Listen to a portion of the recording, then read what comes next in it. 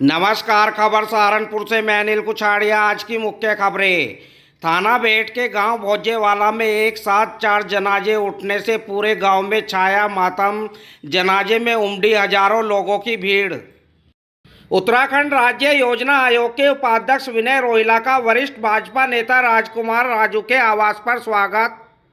गुलदार दिखाई देने के बाद वन विभाग की टीम ने गंडोला व नथोड़ी के जंगल में डाला डेरा।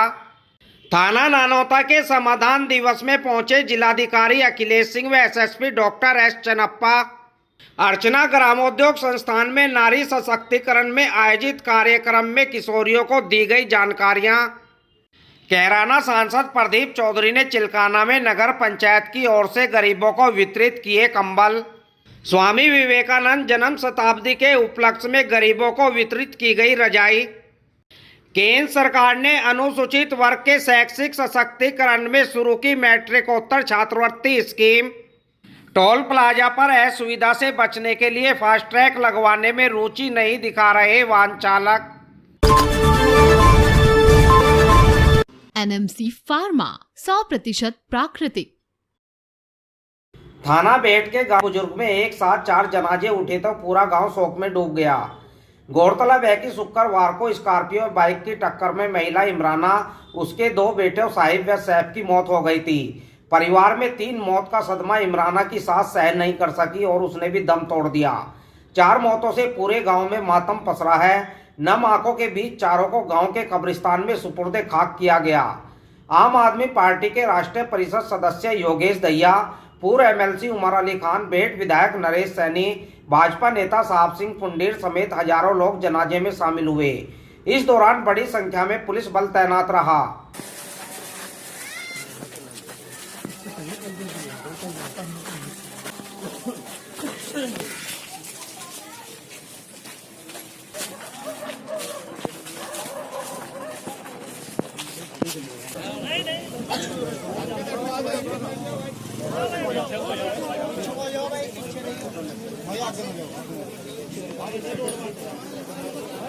फोटो आप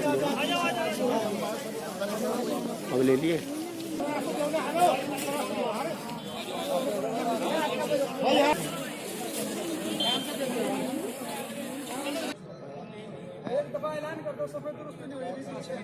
उत्तराखंड राज्य योजना आयोग के उपाध्यक्ष विनय रोहिला का नगर आगमन पर स्वागत किया गया।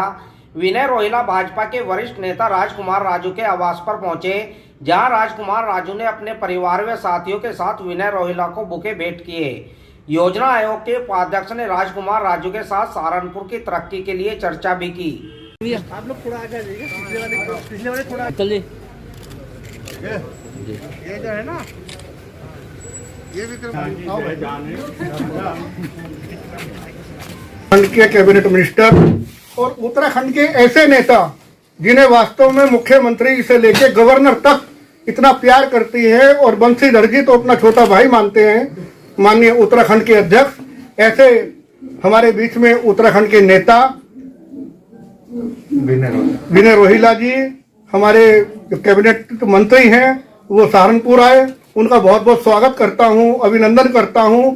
और मैं कहना चाहता हूं, वो भी बहुत बड़ा स्वागत रोहिला समाज ने इनका किया।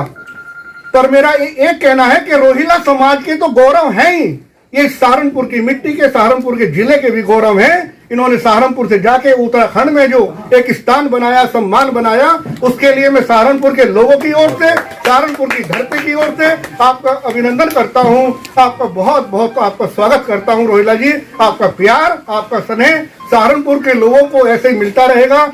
इन्हीं भावनाओं के साथ एक बार फिर पुनः आपका बहुत बहुत अभिनंदन, आपका बहुत बहुत स्वागत करता हूं आदरणीय रोहिला जी। आपके दोस्तों, अपने वरिष्ठ साथी श्री राजकुमार जी के निवास स्थान पर आया हूँ और ये निवास स्थान मेरा एक परिवार है।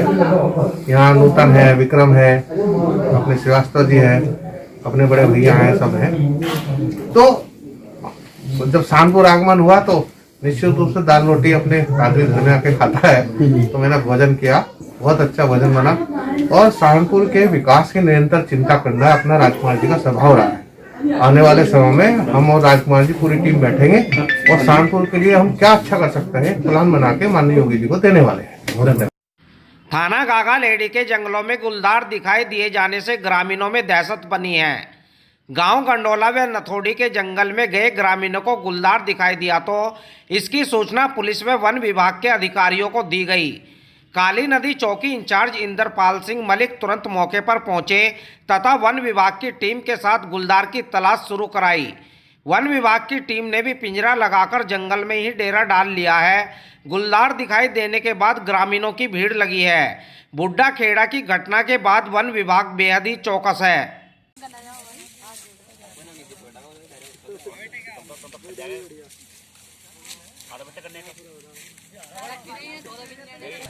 एक कोई तमाशा नहीं, क्या गलती हो जाएगी। जाओ बच्चों जाओ, चलो सब जाओ, फालतू आदमी सब घर जाओ यहाँ से। इतना कोई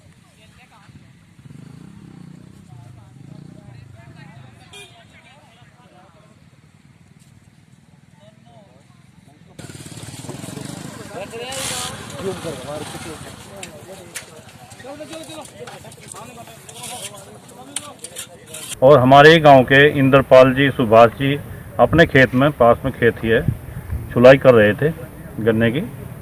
उन्होंने मुझे फ़ोन किया, इंद्रपाल जी ने, प्रधान जी यहाँ पे एक तेंदुआ आ चुका है, कोई बड़ा शेर है, कोई जानवर, और आप वन विभाग टीम को या पुलिस को सूचना दें। मौके पर मैं आया, मैंने निशान देखे और मैंने जब ही वन विभाग टीम को फ़ोन किया, हमारे क्षेत्रीय अधिकारी वन दरोगा हैं, उनको फ़ोन किया, रेंजर साहब को फ़ोन किया और चौकी इंचार्ज है हमारे इंद्रपाल जी, उनको फ़ोन किया। चौकी से तभी गाड़ी की व्यवस्था हुई, पुलिस पहुंच गई मौके पर और वन विभाग की टीम भी पिंजरे के साथ पहुंची पकड़ने के लिए। कुछ थाना नानौता में समाधान दिवस में जिलाधिकारी अखिलेश सिंह व एसएसपी डॉक्टर एस चन्नप्पा ने फरियादियों की समस्याएं सुनी। फरियादियों द्वारा पूर्व में की गई शिकायतों का निस्तारण न करने पर जिलाधिकारी ने नाराजगी जाहिर की। उन्होंने निर्देश देते हुए कहा कि समस्या समाधान में किसी भी प्रकार की लापरवाही न बरती जाए।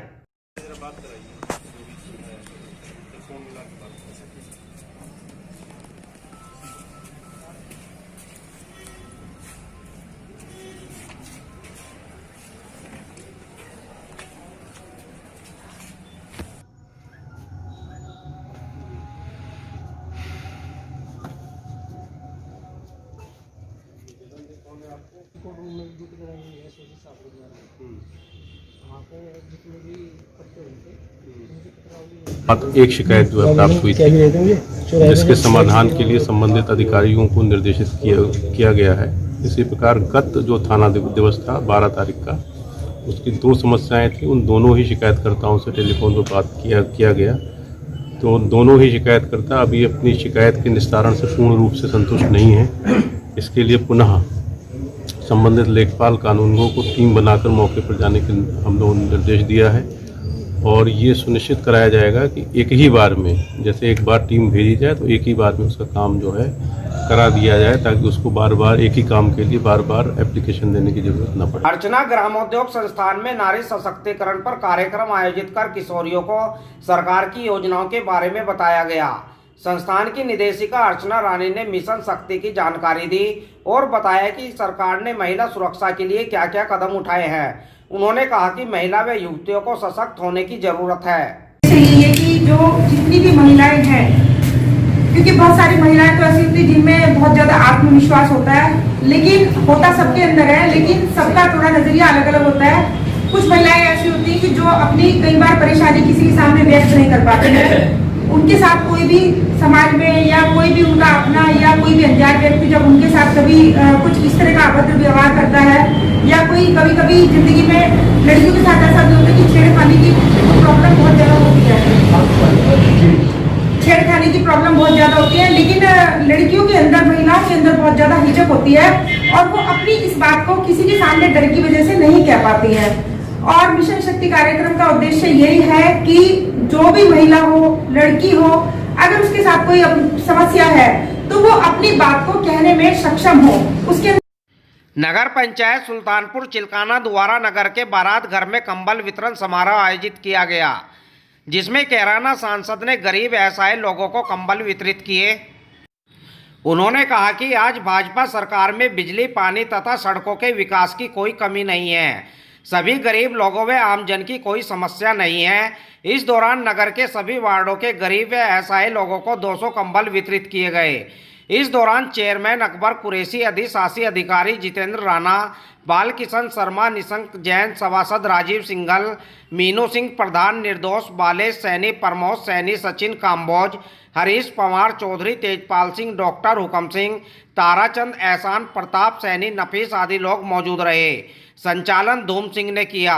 सर्दी की वजह से क्योंकि ठंड बहुत ज़्यादा हो जा रही है, इसकी वजह से किसी निर्धन व्यक्ति को ऐसी ठंड का सामना न करना पड़े जिसकी वजह से वो कठिनाई उसके सामने आ जाए। तो उसी परिप्रेक्ष्य में सरकार के द्वारा ये सुनिश्चित किया गया था कंबल वितरण कार्यक्रम रखा जाए। तो उसी के परिप्रेक्ष्य में आज हम सब लोगों ने बहुत सारे संख्या में कंबल वितरण करने ये कार्यक्रम रखा गया है और उससे बहुत बड़ी संख्या में कंबल को वितरण करने का काम हुआ है। श्री रामकृष्ण विवेकानंद संस्थान द्वारा गरीबों को ठंड के मद्देनजर रजाई का वितरण किया गया। राधा विहार स्थित मंदिर में स्वामी कालेंद्रानंद महाराज ने संस्थान से जुड़े लोगों के सहयोग से रजाई वितरण की।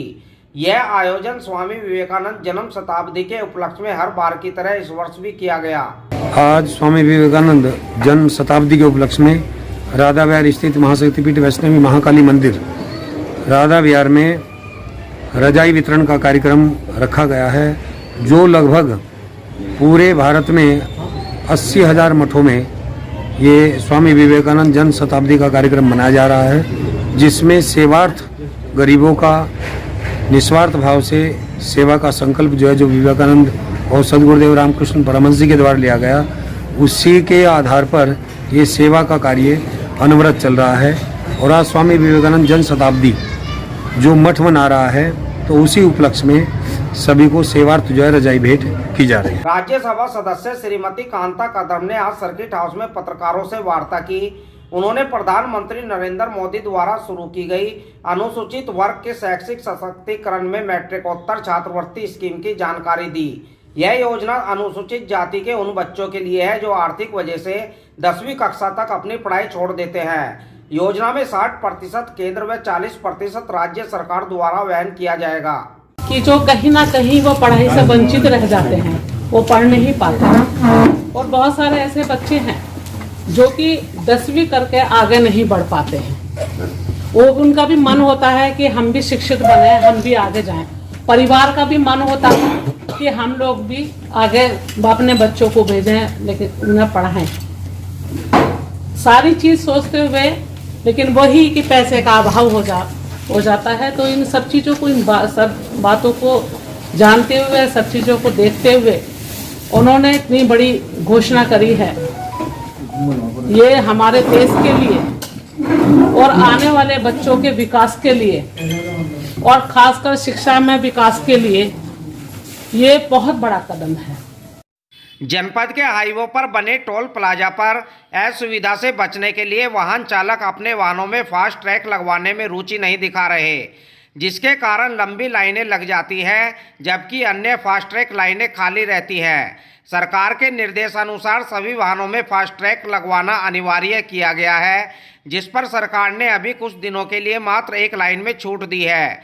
छूट खत्म होने के बाद वाहन चालकों को 2 गुना टोल देना होगा।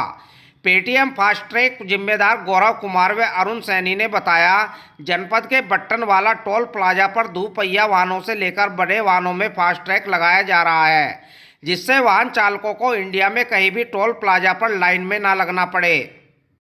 कहना ये है, आपको नहीं मतलब तो सबको है कहना। हम जो है पेटीएम जो है फास्ट ट्रैक की ओर से हैं, हम उसके जो है कर्मचारी 7 आदमी हैं। हम यहाँ पे हम 24 घंटे अवेलेबल हैं चमारी खेड़ा जो है टोल पे, ठीक है। और असुविधा से जो है बचने के लिए फास्ट टैग का इस्तेमाल करें, ये सबके लिए कंपलसरी कर दिया है सरकार ने 1 जनवरी से।